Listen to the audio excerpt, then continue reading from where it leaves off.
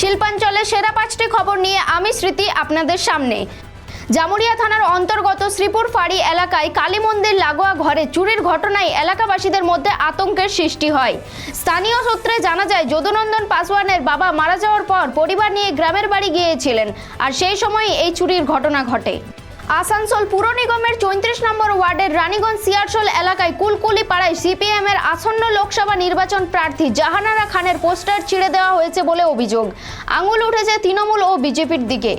রামায়ণের হিন্দি অনুবাদ করে তাক লাগিয়ে দিলেন রানীগঞ্জের খৈতান পরিবারের পুত্রবধূ তথা প্রজ্ঞা বানকা।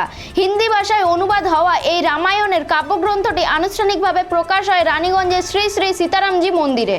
পশ্চিম বর্ধমান জেলার বারাবণীতে চাঞ্চল্য। নবম শ্রেণীর পড়ুয়াকে বাড়ির সামনে থেকে তুলে নিয়ে গিয়ে গণধর্ষণের অভিযোগ উঠল 7 জন যুবকের বিরুদ্ধে। নির্যাতিতার বাবার লিখিত অভিযোগের ভিত্তিতে পুলিশ 5 জনকে গ্রেপ্তার করেছে।